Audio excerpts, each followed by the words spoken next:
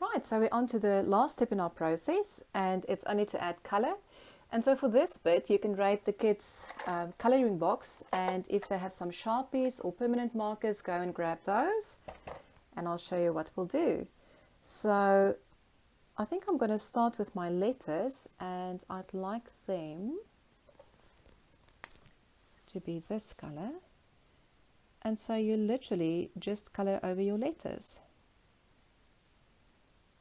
So because it's a permanent marker, it's a permanent ink, it's just going to take a second or two to dry. But once it's on, it's on. And if you want an extra layer of protection, you can probably just put on some clear lacquer spray. I'm not too happy with the way that color is turning out. Let's try this one.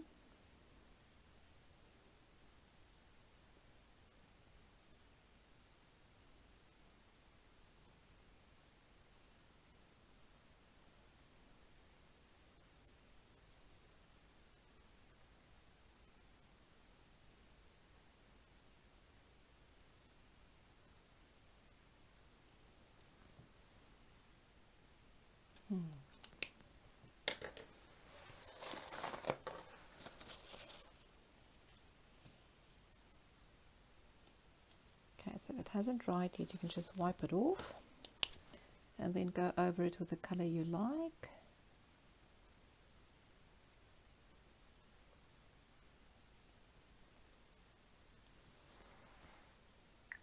And I might want to add some color to my little flags.